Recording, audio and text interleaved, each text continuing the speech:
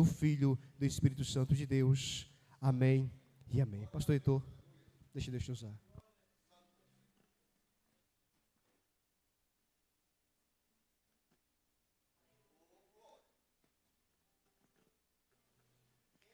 Aleluia.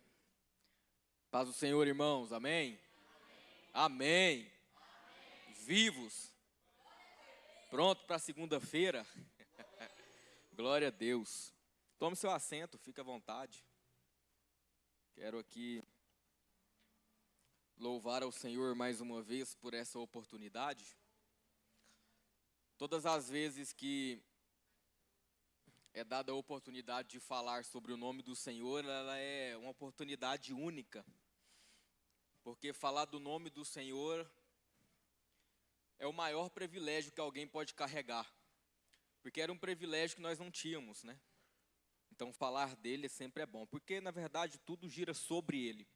O culto não teria fundamento, não teria importância, não teria sentido, se não fosse por ele. E por causa dele nós estamos aqui. Amém? Glória a Deus. Quero louvar a Deus pela vida do pastor Ramon, pastora Sheila. Acho que não tem nem mais o que falar, né? São bênção para minha família, para minha vida. Já vai aí para quase os 11 anos, né? E vocês, eu sempre digo, onde eu levo, são referências de Deus para minha vida. Amém? E a você também que veio essa noite, com toda certeza Deus tem uma palavra para o seu coração. Amém? Assentado mesmo, abra sua Bíblia, Ezequiel, capítulo de número 47. Deus tem uma palavra para nós hoje, amém? Glória a Deus. Ezequiel, capítulo 47. O Senhor tem queimado essa palavra no meu coração há muitos meses. Porque assim, quem gosta de prática de leitura da Bíblia, quando você pega um capítulo ali que você começa a ler, dificilmente eu consigo mudar para outro capítulo ali, vai meses Deus falando comigo, ministrando.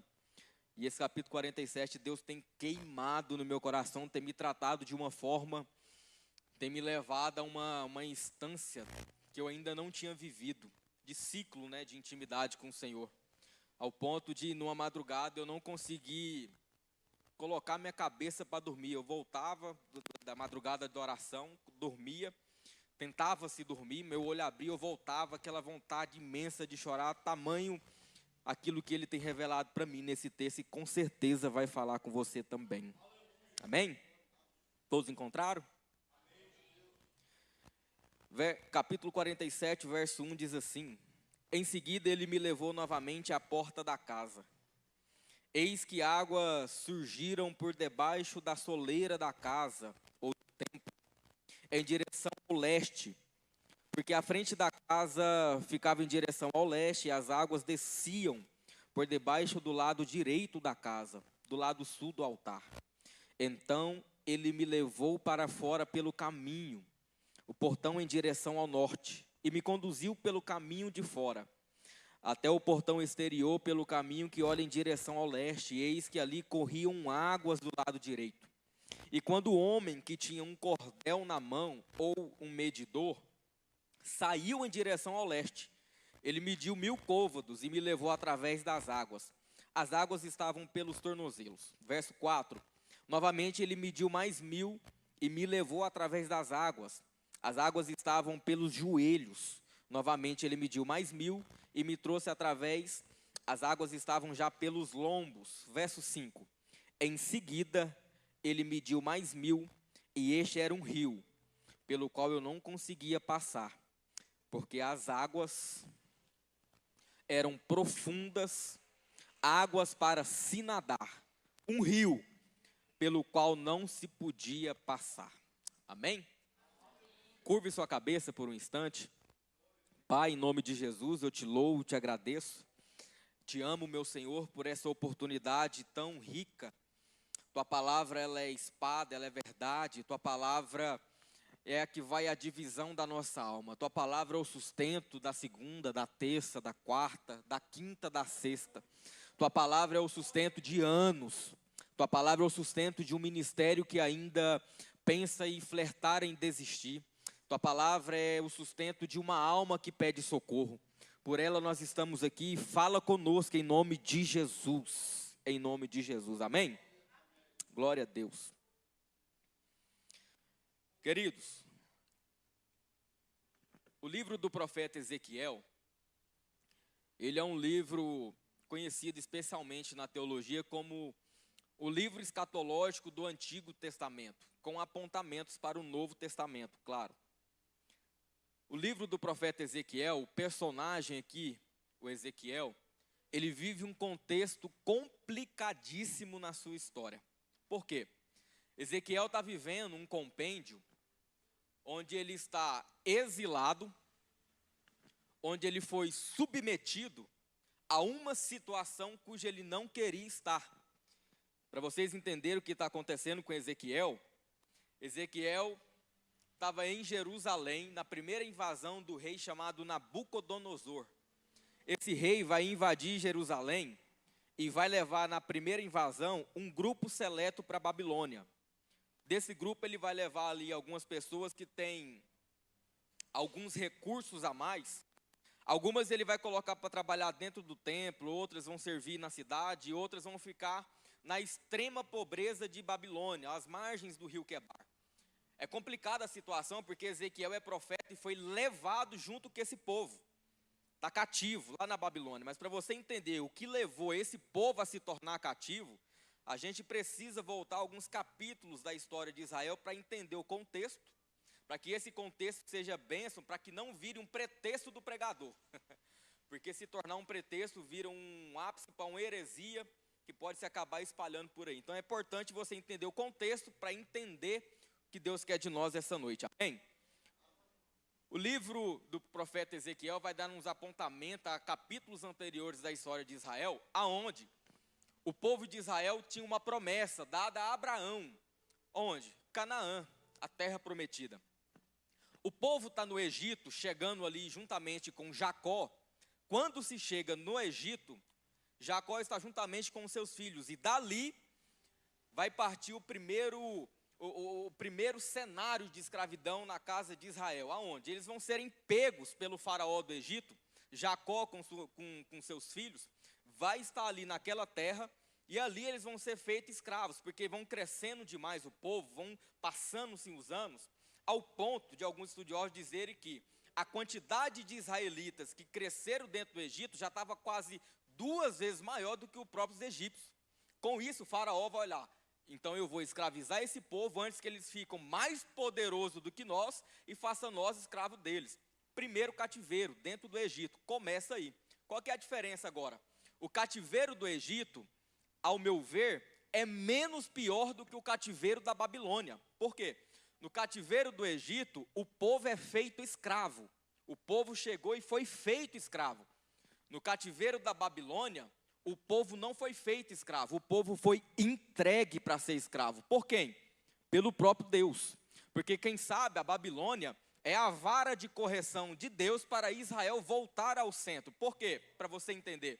Israel caiu num ápice de profundidade moral tão grande que o livro dos Juízes, que é o livro do período onde Deus levanta juízes para julgar a nação de Israel, o livro dos Juízes é conhecido como o livro do ápice moral de Israel. É uma imoralidade tão terrível que o que acontece no livro de Juízes, para quem faz uma leitura didática e gosta de ler, é terrível. É o capítulo, a mancha negra da história de Israel. O que acontece no livro dos Juízes para você entender? O livro de Juízes, eles vivem um loop, ou um ciclo. Qual que é o ciclo? Eles estão tão entregues à idolatria, olha só o paradoxo. No Egito, estão sendo escravos e não adoram a Deus conforme deveria ser.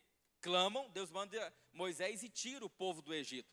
Agora que chegaram em Canaã, que é a terra prometida, o livro dos Juízes acontece nesse período em Canaã. Tinham tudo, estava tudo pronto, tinha a terra, distribuiu todas as tribos, cada um com sua terra, e no livro dos Juízes, quando era o livro para poder viver o ápice da intimidade com Deus, eles pegam o caminho ao contrário disso, vão cair em moralidade terrível no livro dos Juízes, ao ponto de que eles vão viver um ciclo terrível. Qual? A primeira parte do ciclo, Deus está aqui, eles adoram Deus. Passa-se um período difícil em Israel, eles começam a adorar um outro Deus, já negou a aliança.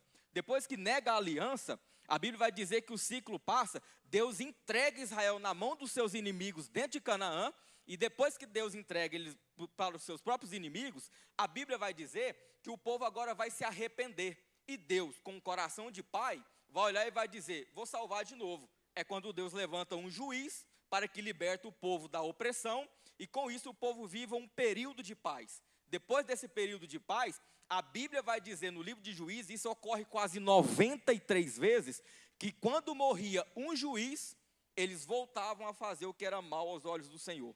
Olha o ciclo, todas as vezes que eles estavam no ápice com o Senhor, caíam, Deus entregava, Deus retirava e depois adorava a Deus de novo, e caía.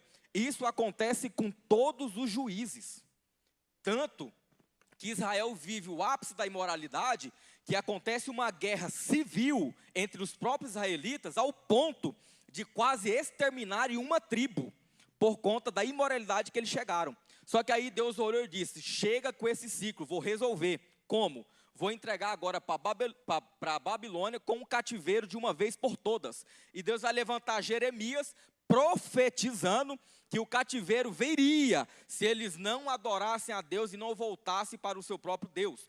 Com isso o povo vai fazer o quê? O que sempre fizeram, não vão dar ouvido. Já viu, filho? As mães aqui vão poder entender melhor esse sentimento.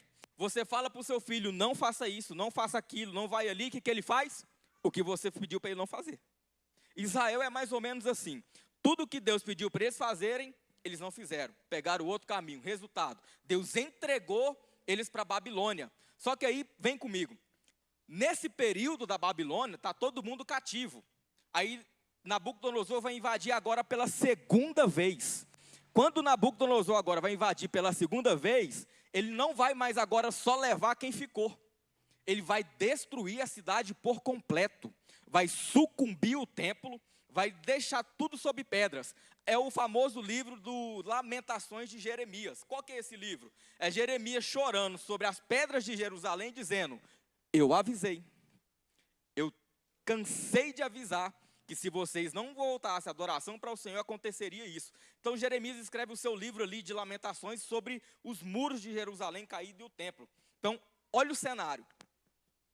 Está destruído Israel, Jerusalém está sobre pedras, não tem mais templo, Nabucodonosor destruiu tudo, está tudo sobre pedras. Só que aí quem está olhando, e está olhando o cenário, está dizendo, acabou Israel. Daqui não tem mais nada para fazer. Ou seja, o povo está cativo, não tem mais cidade, acabou. O povo de Deus acabou, não tem mais o que fazer. Só que isso é uma visão de quem está de fora. Mas aí a minha Bíblia vai dizer que o próprio Deus tem o controle de todas as coisas.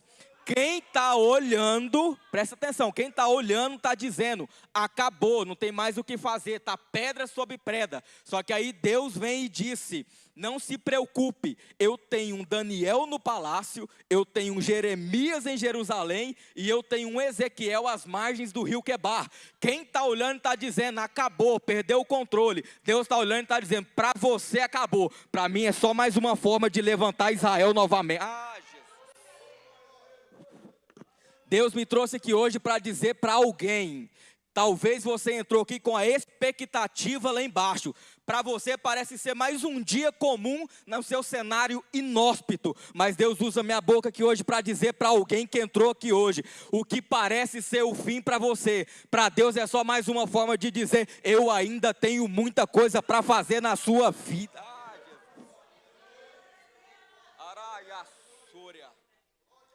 Quem está olhando está dizendo, acabou Israel, tem pedras, acabou, não tem mais nada o que fazer. Restou Jeremias chorando lá, dizendo, eu avisei. Só que aí Deus tem o Daniel no palácio, Deus tem o Jeremias na metade ali que está nas ruas, e na extrema pobreza Deus ainda tem Ezequiel. Ou seja, é como se Deus estivesse dizendo, para cada cenário que você acha que acabou, eu ainda tenho um profeta para poder profetizar. Eu vim aqui liberar uma palavra de Deus para você essa noite. Eu não sei qual é o cenário que a sua casa passa, mas o Senhor me autoriza a dizer para você hoje: há um profeta de Deus pronto a ministrar a tua casa e dizer: não acabou, ainda tem esperança. Ah, Jesus! Não acabou, ainda tem esperança. Talvez tenha alguém lá fora dizendo: acabou, aquela ali, já era. Mas Deus usa minha boca aqui hoje para poder falar para você: Ele nunca dependeu de opinião humana para mudar a vida de alguém. Ah, Jesus.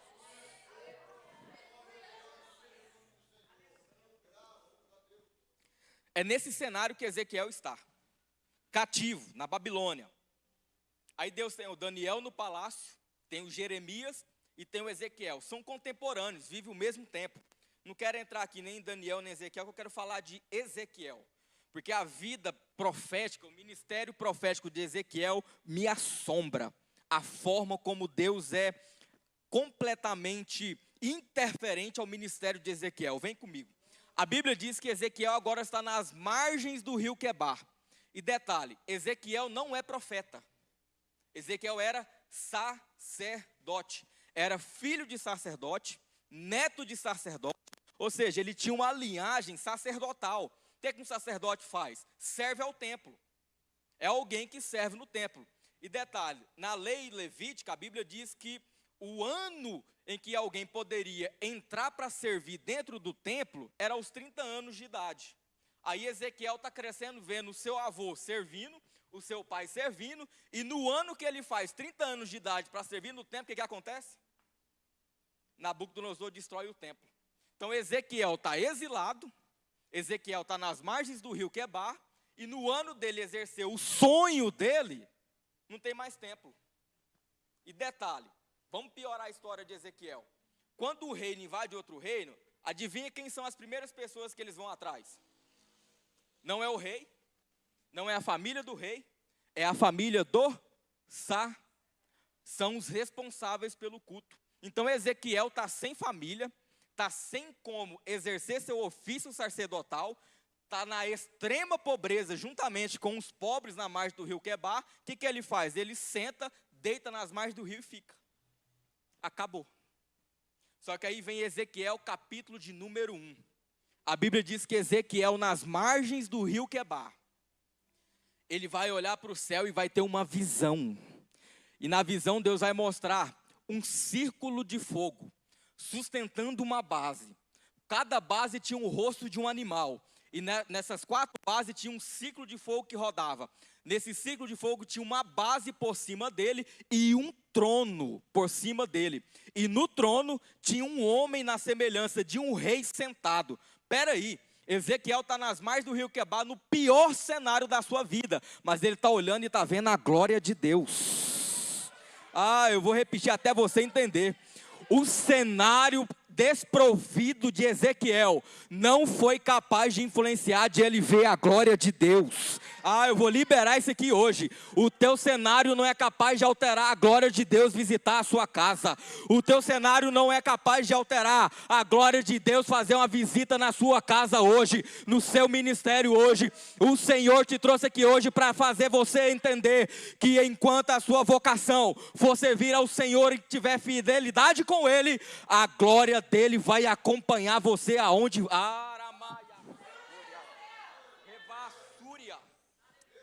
Ah, eu sinto Deus, irmãos. Desses anos que eu prego, eu sei quando ele vem comigo. E hoje é daqueles dias. Araiaçúria. Ezequiel está deitado, não tem expectativa, morreu a família, acabou tudo. Aí vem a visão da glória. E Ezequiel sabe que é ele. Detalhe, vai sair uma voz dizendo: Ezequiel, põe-te em pé e eu falarei contigo. Ezequiel, põe-te em pé e eu falarei contigo. É Deus dizendo, para você era um sinal de interrupção no seu ministério sacerdotal, não tem problema. Se para você não tem como mais servir no templo como sacerdote, para você acabou, não tem problema. Hoje eu te levanto como um profeta na casa de Israel. Ai, irmãos. Deus está vindo a Ezequiel e está dizendo: os seus sonhos tinham acabado, mas para você acabou. Para mim é só mais uma forma de dizer que eu ainda tenho um ministério para você exercer. Ah, Jesus.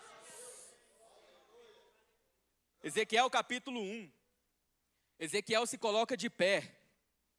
E Deus agora vai começar a levantar Ezequiel. Para quê? Profetizar para Israel. Mas espera aí. Como que vai profetizar para uma nação que já está escrava? É o melhor dos desafios. Porque agora Ezequiel vai ter que ganhar o povo de novo. Ou seja, vai pregar para um povo preso.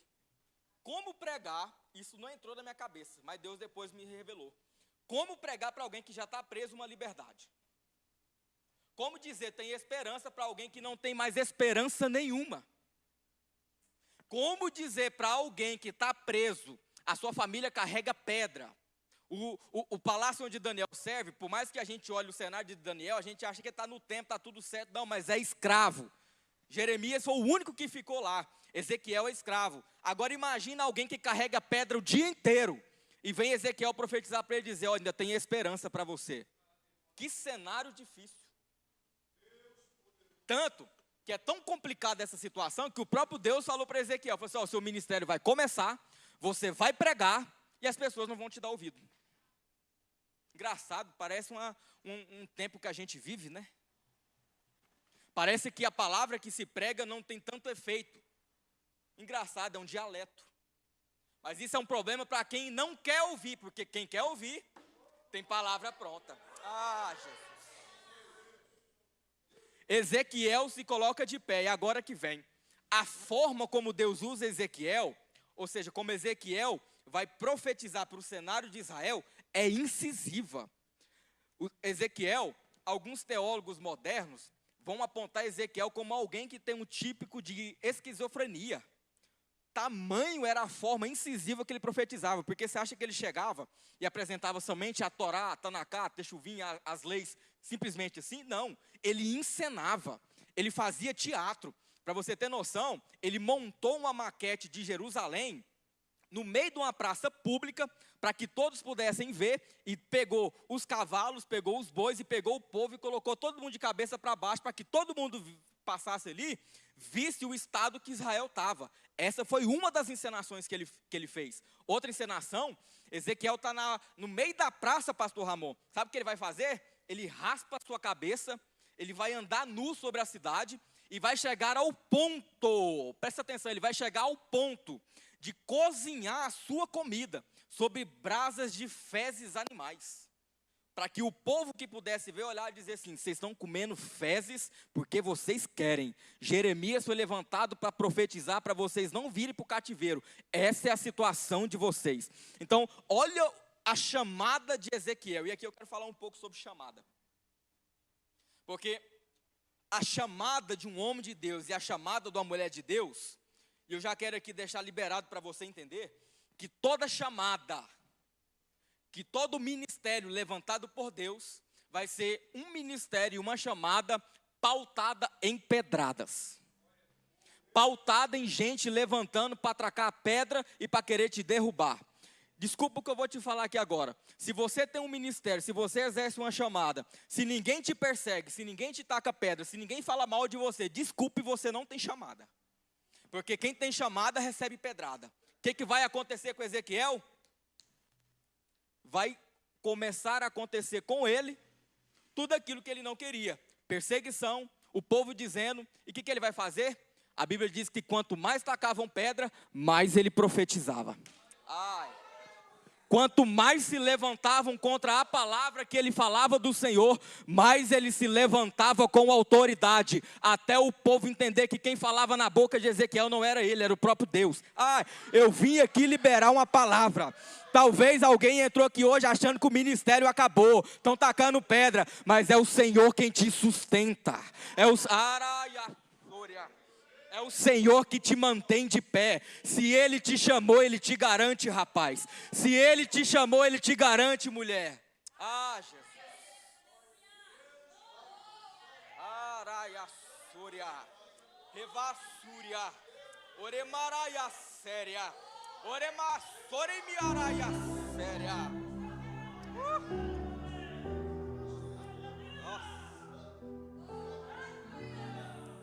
Deus usa minha boca hoje aqui para dizer para alguém: não pare se te tacam pedra. Quem garante o teu ministério é Deus.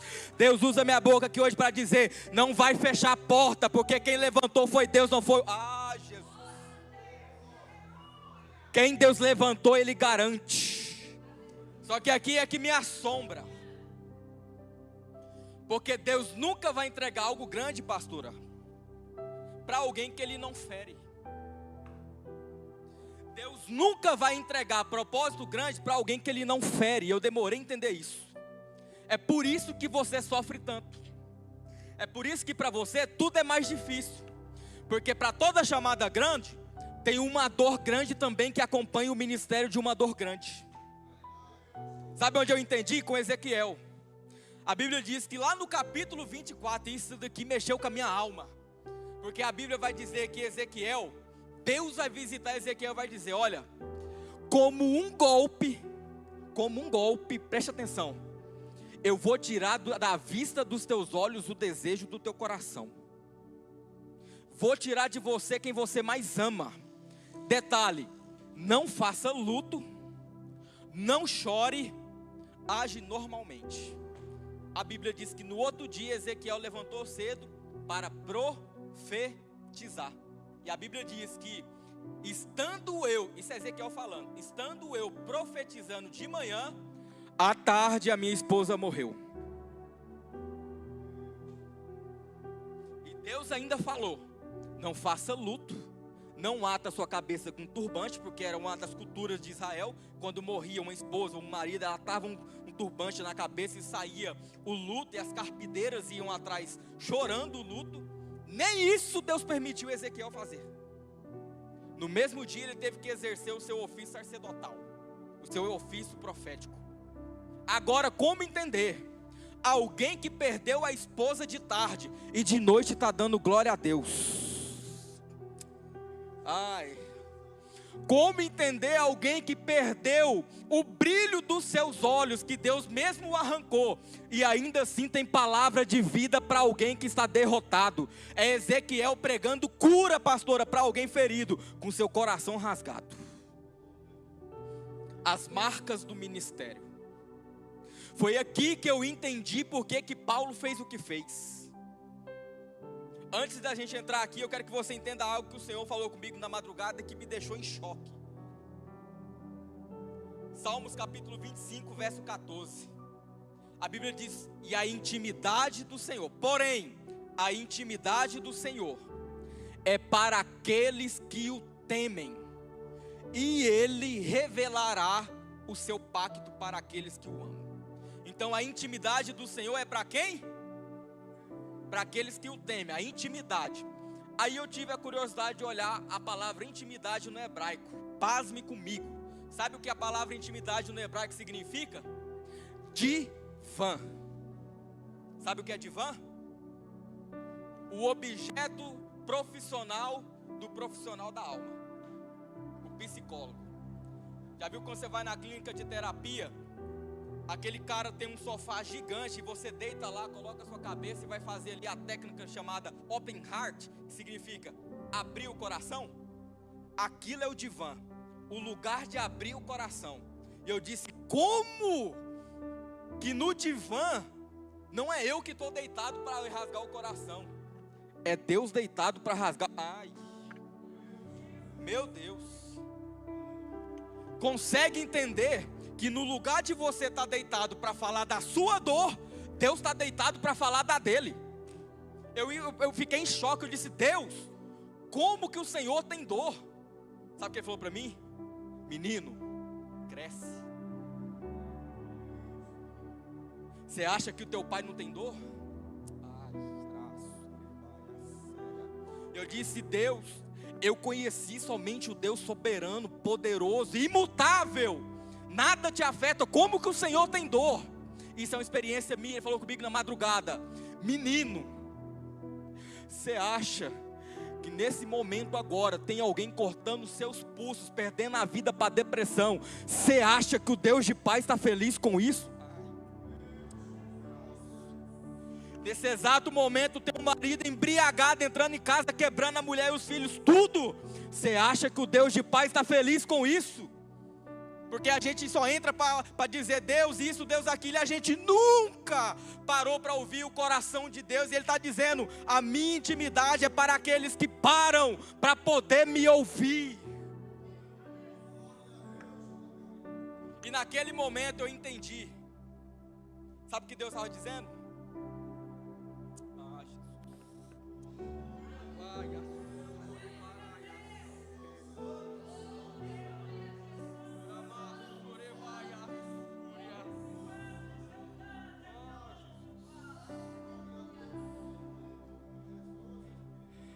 Sabe o que o divã significa?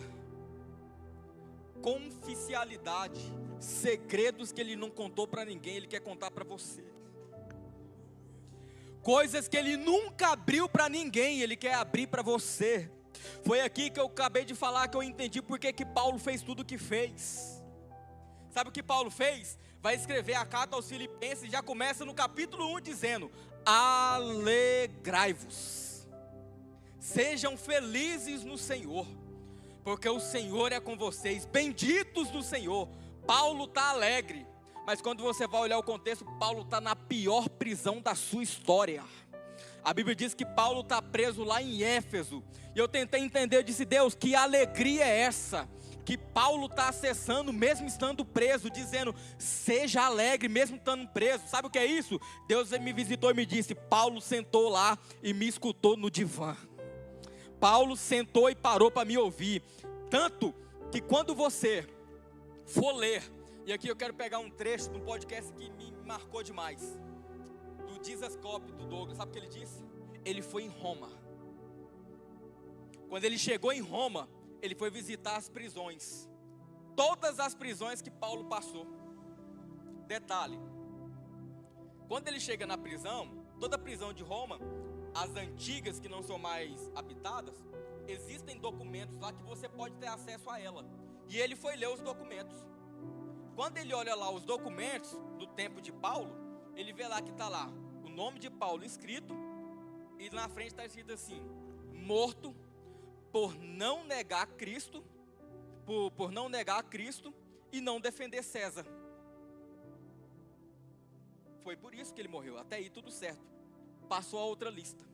Quando passou a outra lista, existe uma lista de inúmeras pessoas que estavam presas ali por vários tipos de crime. Crime político, crime sexual, crimes de todos os tipos. Só que o que chamou a atenção foi o motivo por que essas pessoas morreram. Elas não morreram pelos seus crimes. Adivinha por qual? Por negarem a César e crerem em Cristo. Sabe o que é isso? A prisão que Paulo estava não foi capaz de alterar o Deus que ele pregava. A prisão que Paulo estava não foi capaz de alterar o Cristo ressuscitado que ele pregava. Ao ponto de quem estava preso lá serem mortos não pelo que cometeram, mas por aquilo que aceitaram. Detalhe, outra lista, com o nome de todos os soldados romanos que guardavam a prisão. Estava lá, soldado tal, soldado tal, soldado tal. Morto por quê? Soldado que estava guardando o cárcere de Paulo. Foi morto não porque ajudou um preso a fugir. Soldado que estava guardando a prisão de Paulo foi morto porque aceitou Jesus Cristo e se tornou um cristão verdadeiro e foi morto naquele lugar. Paulo ganhou até os cárceres. Sabe o que é isso? É Deus dizendo para mim e para você hoje, você pode estar até preso no seu mundo que você vive, mas a palavra que você prega, ela tem liberdade em qualquer instância que você... Qualquer lugar que você pregar, a palavra atinge.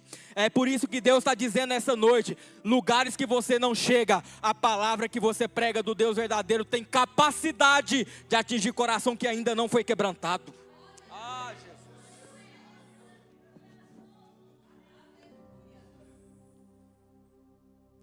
Ezequiel foi ferido. Por quê?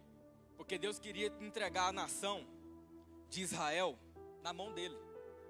Entenda, Deus nunca vai entregar algo grande para quem ele não fere. É só você ler a Bíblia que você vai ver. grandes homens de Deus começaram perdendo alguma coisa. Pedro me chama a atenção demais, porque quando Jesus chega para chamar Pedro, sabe o que ele faz? E aí?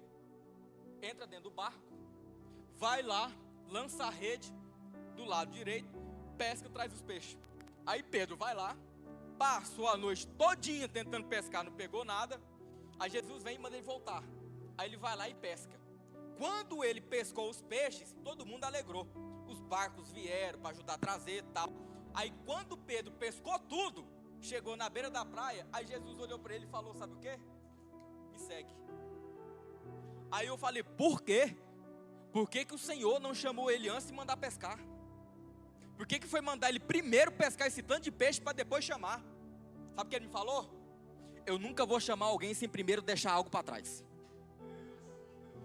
Eu nunca vou chamar alguém para um ministério grande se ele não deixar para trás uma marca, se ele não deixar para trás algo que vai fazer ele ser grande lá na frente. Entenda essa coisa no nome de Jesus. Deus me trouxe aqui hoje para você entender.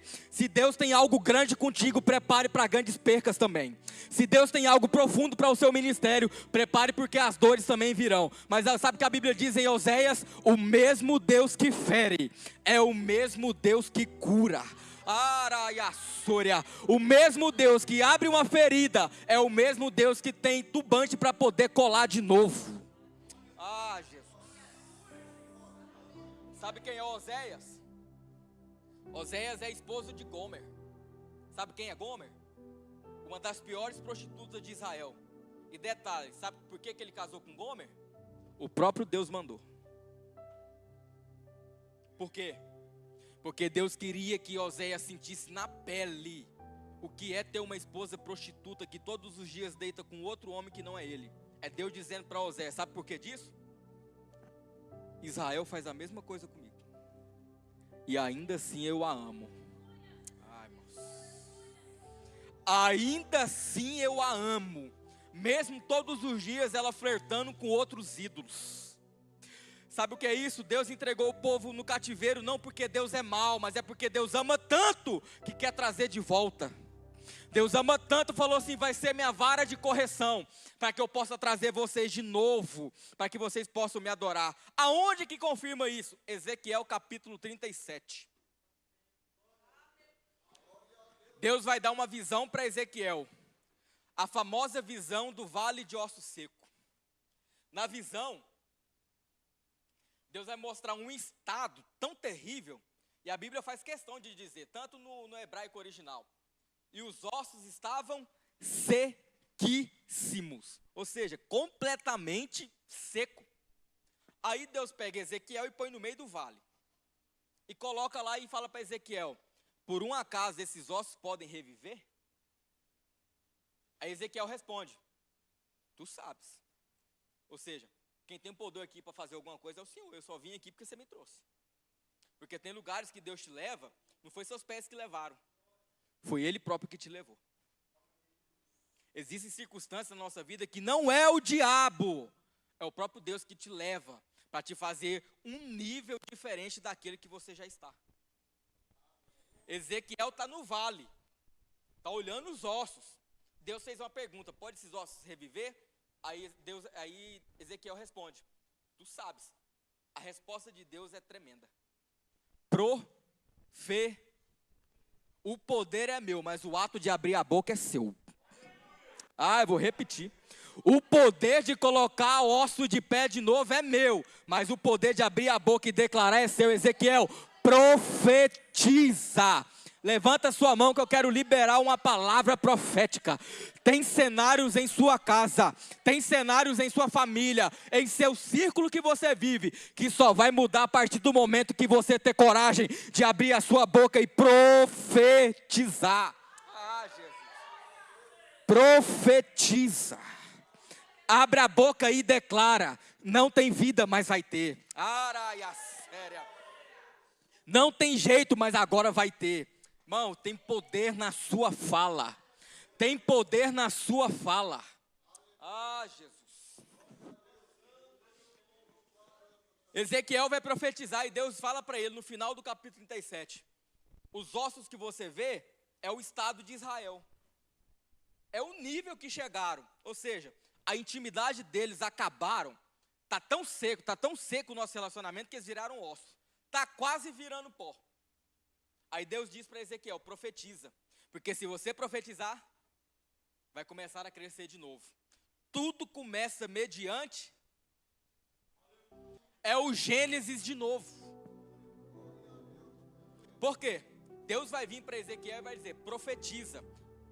Ossos, voltai para os seus lugares. A Bíblia diz que houve um ruído. Ou seja, ele profetizou e fez um barulho. Qual que é o barulho? Organização. Cada osso começou a vir para o seu lugar. Formou o esqueleto. Aí Deus vai agora começar a profetizar para ele, sabe o que? Deus dizer para ele, profetiza agora sobre a carne, os nervos e a pele. E Ezequiel está profetizando. Só que presta atenção, vem comigo. Vou até descer. Essa daqui é para você dar glória de pé. O osso está formado, o esqueleto está formado. Ezequiel está olhando e está profetizando, dizendo, ossos, volta para o seu lugar, pele cresce, carne cresce, nervo cresceu. Está tudo pronto, a maquete está pronta, mas falta uma coisa. Falta uma, essa não estava na capacidade de Ezequiel. Ah, Jesus. Olha isso. Ezequiel está profetizando, olhando para o chão, vamos lá? Ezequiel está profetizando, olhando para onde? Ossos, pele, carne. Aí Deus vai dizer, Ezequiel, olha para cima. Porque o que você precisa para trazer vida não está aqui embaixo, está aqui em cima.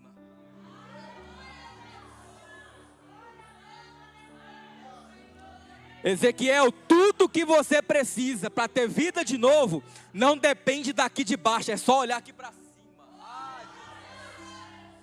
Deus me trouxe aqui hoje para dizer para você, tudo que você precisa para voltar a ter vida não está embaixo, está nele, está nele.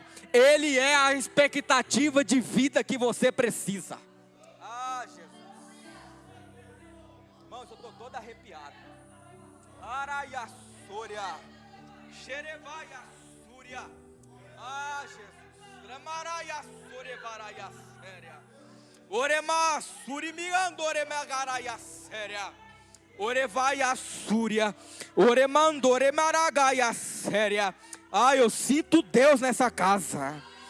Ah, Ele veio aqui hoje dizer para você, o que você precisa não está na mão de homem, está na mão dEle. O que você precisa para se colocar de pé, não está na mão de homem, está na mão dEle. Cadê quem olha para Ele? Cadê quem sabe que a sua esperança vem dEle? Ah, Xerevaia, Fúria.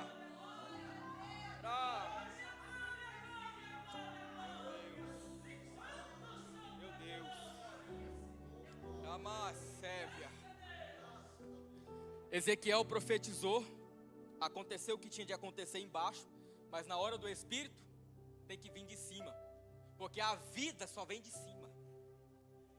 Tudo que precisa para colocar de pé vem de cima. Aqui Ezequiel mudou a visão. Peguei. Tudo que eu preciso agora vai vir. O Espírito vem. Lembra do Gênesis? A formação? Deus foi lá, formou, fez tudo bonitinho. Mas na hora de colocar a vida,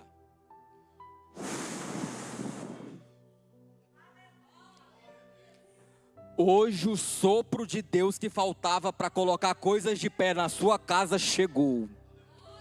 O que faltava da parte de Deus para colocar você de pé, hoje Ele veio aqui para te entregar.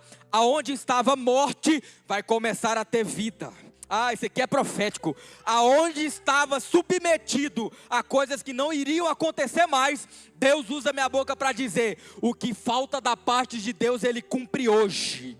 O que falta, Aramaia Sória, Revaia Séria.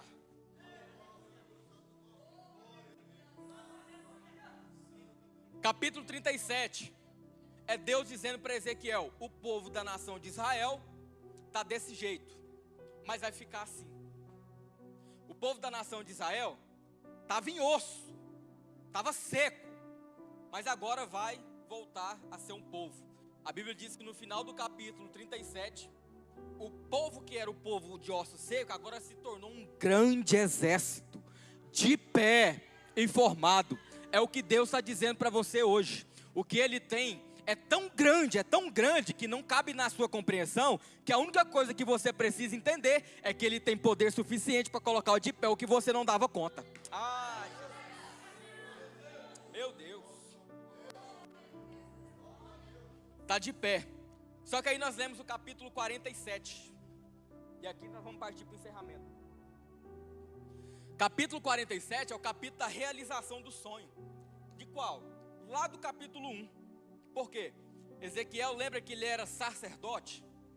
Ele estava fazendo 30 anos exatamente no ano que ele estava cativo. Então ele não podia ser sacerdote no templo, porque só se servia no templo quem tinha 30 anos de idade, e era de linhagem levítica. Ezequiel tinha todo o currículo, mas não tinha templo. Aí vem Ezequiel 47. Deus vai dar uma visão para Ezequiel. Nessa visão, a Bíblia vai dizer que Deus vai mostrar para ele o quê? O que ele não tinha no capítulo 1. O templo. Só que o templo agora, Ezequiel, não é o templo que você entra. Esse templo agora tem um apontamento profético. Ou seja, o templo que Ezequiel está vendo na visão do 47 agora, é uma visão singela, apologética e uma visão escatológica, que vai apontar para quê? Primeiro, para um Messias que viria e que nós faríamos morada nele. Segundo, o apontamento profético da visão do templo aponta agora para o final do Apocalipse, no casar do noivo com a noiva, a Nova Jerusalém. Só que aqui, a visão do templo, ela vai mais do que isso e me chama a atenção. A Bíblia diz que sobre a soleira da porta começa a fluir uma água. Começa com um riachinho, pequenininho. E a Bíblia diz que esse riachinho vai começar a formar agora um rio. E esse rio é tão grande, mas tão grande, que aonde ele começa a passar, vai começar agora tudo que estava ao lado, que era morto, começa a florescer novamente. Só que você acha que para por aí? A Bíblia diz que vai vir um anjo, vai aparecer até Ezequiel com uma trena, vai medir 1000 côvados e vai dizer, entra. Ezequiel entrou. Na primeira parte a água deu nos tornozelos. É o anjo dizendo, o primeiro nível de experimentar a glória de Deus no ápice é a sua decisão. Porque eu medi, mas quem caminhou foi você. Vou repetir até você entender. O anjo já deu a medida para você entrar, mas a decisão da água vir até seus pés é você quem caminha. Só vive nível com Deus diferente quem tem coragem de molhar os pés. É o nível da decisão. Só que não para. O anjo vem e mede mais 1000. E agora a água está no joelho. Sabe o que o anjo está dizendo para ele? Até ali o seu pé te levou, mas até ali é o seu joelho que te leva. Ai. É o nível da capacidade de entender o poder da oração. Deus me trouxe aqui hoje para dizer para alguém, existem portas na sua casa que só vai abrir até onde o nível do seu joelho vai te levar. O nível do seu joelho de oração vai fazer Deus olhar para você de uma perspectiva diferente. Cadê quem é de oração que eu quero ver? Ah, Jesus. Oração. Só que não para. O anjo vai medir mais 1000. A água agora já está batendo na altura do peito. Sabe o que é isso?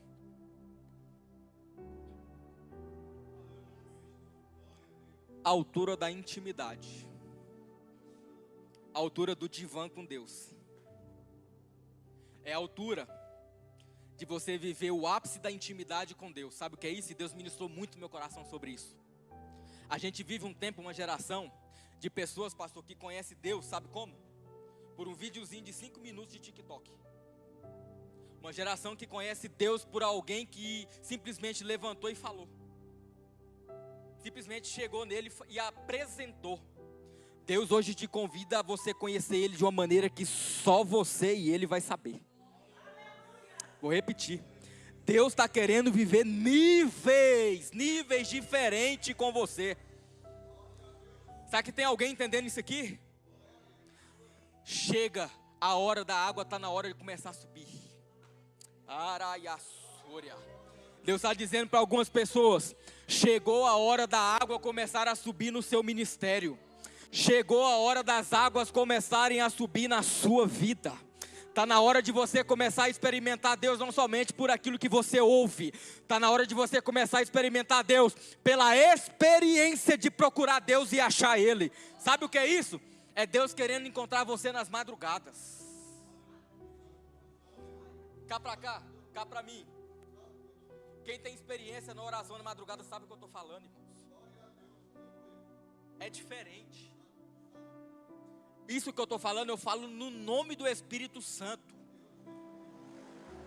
Eu sei do que eu estou falando, das vezes da madrugada que eu sentei no sofá para falar com Ele. Eu não conseguia ajoelhar o meu joelho porque estava tão forte a presença dEle que eu sentia o meu sofá mexendo. Eu sabia que era Ele. É essa experiência que Deus quer ter com você.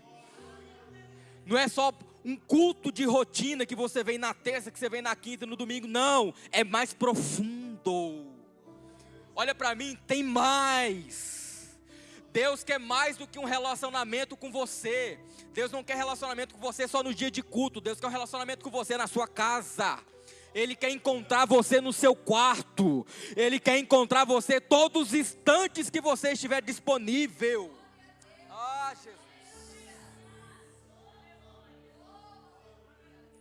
Só que não para.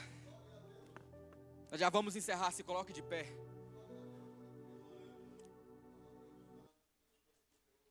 Depois que ele mediu mais 1000, estava a altura do peito, correto? Então vamos lembrar? O tornozelo é a altura da decisão, eu entrei. A altura do joelho é a altura da oração, eu que oro. A altura do peito é a intimidade que eu tenho com ele. Só que acho lindo porque não para aqui. Ele vai medir mais 1000 e Ezequiel vai dizer: e agora são águas para se nadar. Águas que eu não consigo atravessar andando. Esse é o nível da glória de Deus. Esse é aquele nível que você vive a glória de Deus ao ponto que você não consegue mais se controlar. Quantas vezes no meu serviço eu tive que sair correndo e ir lá para o depósito do cimento e começar a chorar, porque eu não estava suportando a glória de Deus. Sabe o que é isso? É Deus convidando algumas pessoas. Chega de entrar na água, onde só você anda. Chegou agora o momento em que as águas é que vão te levar. Ah, Jesus. Chegou o momento que não é mais os seus pés que te levam, é a água que te leva, é o rio que te conduz. O Senhor liberou uma palavra, o Senhor já liberou um ato aqui hoje, irmãos. Ah, Jesus. Oremas, uribaraia séria. Urimiara séria. Andecamaraia sória. Urimiandaramara séria. Eu quero ver quem é de guerra agora. Quem é de guerra, quem é de oração, entra. Chegou a hora de mudar de nível. Chegou a hora de mudar de nível. Chegou a hora de mudar de nível. Aleluia, Jesus. Chegou a hora de experimentar a glória de Deus de verdade, irmãos.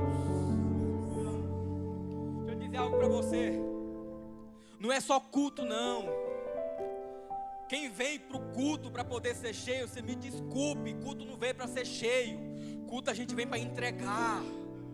Você tem que chegar aqui derramando. Aonde?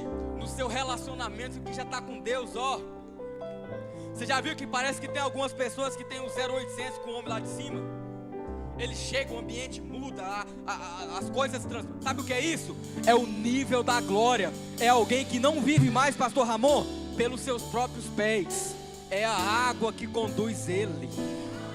É a água que conduz ele. Eu vim aqui liberar uma palavra profética. O anjo já deu a medida. Entra quem quiser. O anjo já deu a medida. Entra quem quiser. Chegou a hora de Deus transicionar algumas pessoas de nível. Isso aqui é tremendo. Isso aqui veio agora. Deus fala ao meu ouvido. Tem algumas pessoas que Ele quer transicionar de nível. Começar a viver Deus de forma diferente. Chegou a hora, pastor Ramon, eu fui menino por muito tempo. Eu fui menino demais, sabe como? Entrando pro meu quarto da oração e dizendo, só eu, Deus, eu, não. E agora eu entro e falo assim, Senhor, e aí? Fala comigo. O seu coração rasga para mim. Compartilha comigo os teus segredos. Fala comigo aquilo que o Senhor quer falar. Eu só quero te ouvir. Chegou essa hora de você viver um nível com Deus tão profundo que você ajoelha para orar e não sai uma palavra da sua boca. É a oração em gotas. Sabe qual? A da lágrima. Deus me autoriza a dizer aqui, pastora Sheila, tem algumas pessoas que Ele está com saudade de encontrar no secreto. Tem algumas pessoas que Deus está com saudade de encontrar no quarto da oração, na intimidade. Fecha teus olhos, erga suas mãos. Orema sorevaya séria, andeclamayaraya soria, revassúria, oremaya séria, oramando orecavassúria. Pastor Ramon, Deus me autoriza a dizer, da limiar desse altar vai fluir um rio daqui. Já começou a fluir. Esse rio vai começar a atingir pessoas. E ele não vai ficar só aqui dentro do templo. Prepara. Vai começar a chegar pessoas aqui precisando de palavra de cura. Vai começar a entrar pessoas dentro dessa igreja precisando de palavra. Deus vai trazer pessoas aqui. E o rio, presta atenção, grave o que eu estou dizendo. O rio que flui daqui vai começar a curar aí embaixo agora. O rio que sai daqui vai começar a fluir aí agora. Fecha os teus olhos. Oramaia Soria, Revasséria, Oremandori Micaramaia Súria, Revaia Soria. Pai, em nome de Jesus. Em nome de Jesus. Enche aí agora. Transiciona de nível agora essa pessoa. Que ela possa experimentar a glória do Senhor. Um nível diferente. Você pode adorar o Senhor? Eu vou mostrar pra quem achou que terminou. Eu vou deixar pensarem que o projeto falhou. Eu vou chegar depois só pra impressionar. Canta junto, vai. Eu estou montando o contexto porque eu quero impactar. Eu já lhe aviso, não pense que morreu, que a história acabou e que você perdeu. Eu vou chegar no ambiente pra operar, com os olhos abertos e a enxergar que ainda tem vida aí. E mesmo que o cenário diga teu fim, as resistências dizem que é pra desistir, mas eu estou dizendo ainda existe vida aí, ainda tem vida aí. Olha Deus curando. Não limita o que eu vou fazer, eu lhe garanto e afirmo pra você que ainda tem vida aí, vai voltar a viver. Existe vida aí. Olha Deus aí curando essa ferida. Deus sarando. Deus trazendo bálsamo. O Deus que abre feridas é o mesmo que cura, é o mesmo que fecha. Aleluia, aleluia. Glória a Deus. Irmãos, que Deus abençoe muitíssimo sua vida, você que veio. Espero que essa palavra tenha falado com você. Que Deus abençoe. E não saia daqui, irmãos, sem que algo mude dentro de você. Leve essa palavra, mastigue ela durante a semana. Deus há de falar com vocês, amém? Deus abençoe, agradeço muitíssimo, Deus abençoe.